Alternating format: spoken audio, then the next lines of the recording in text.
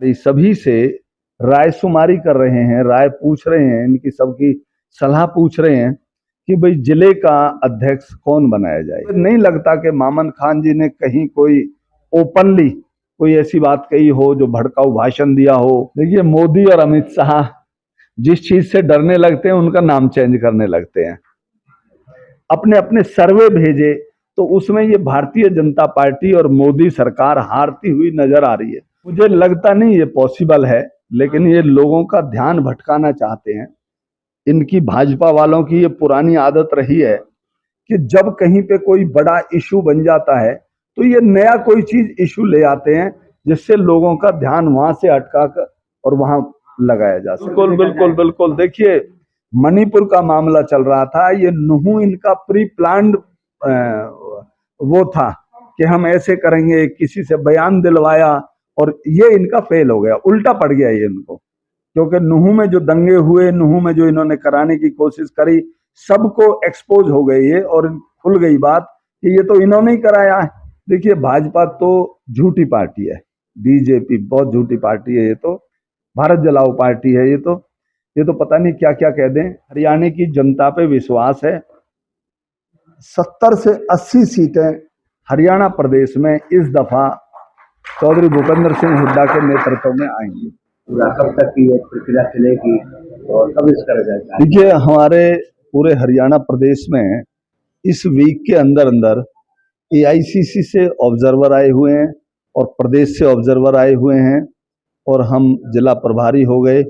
ये पूरे जिले के जो नेता हैं, विधायक हैं और कांग्रेस के जितने भी कार्यकर्ता हैं, नेता पदाधिकारी, सभी से राय शुमारी कर रहे हैं, राय पूछ रहे हैं, इनकी सबकी सलाह पूछ रहे हैं कि भाई जिले का अध्यक्ष कौन बनाया जाए। कोशिश की जा रही है कि ज्यादा से ज्यादा जो सब लोग बताएं एक आदमी के लिए, तो आपस में सलाह करके और आगे रिपोर्ट भेज दी जाएगी। और मैं समझता हूं कि अगले हफ्ते तक या इस सितंबर के माह के अंत तक हमारे पूरे हरियाणा प्रदेश के जिला अध्यक्षों की नियुक्ति हो जाएगी। नागर साहब, जिस तरीके से अभी कई जगह मामला आया है कि भाई शैलजा है या सुरजेवाला है या दूसरे उनके गुटों में आपस में तनाव फैल रहा है, तो क्या ये गुटबाजी है या कोई पार्टी की कोई अलग रणनीति?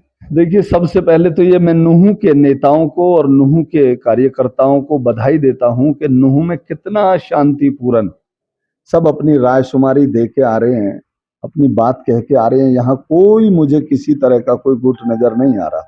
वैसे भी कल मैं फरीदाबाद में था, फरीदाबाद में भी कोई ऐसा गुटबाजी या वो सामने नहीं आया। कुछ कार्यकर्ता थोड़े से हतोत्साहित होकर ज्यादा हर्षोल्लास में अपने अपने नेताओं के नारे लगा रहे थे, कुछ अपनी ताकत दिखाने का प्रयास कर रहे थे।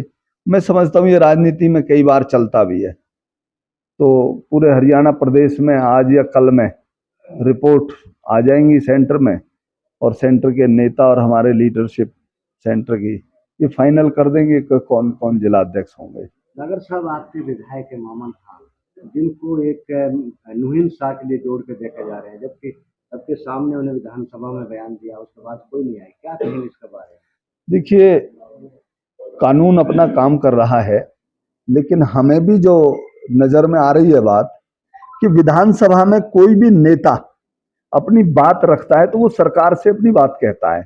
और ये मुझे लगता है कि ये वाकया 3-4 महीने पहले का विधानसभा में अपनी बात कही और उन्होंने ये बात कही कि वहां पर कुछ लोग जाकर माहौल खराब कर रहे हैं।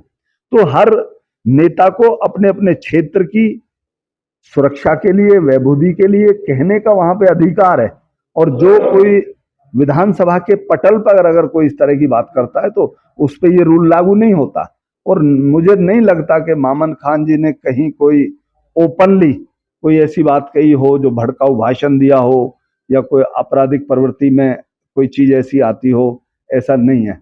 अगर ये करते हैं तो जरूरी मैं ये कहूंगा कि शायद ये वही धर्म के नाम पर या क्षेत्रवाद के नाम पर ये किसी का नाम घसीट रहे हैं।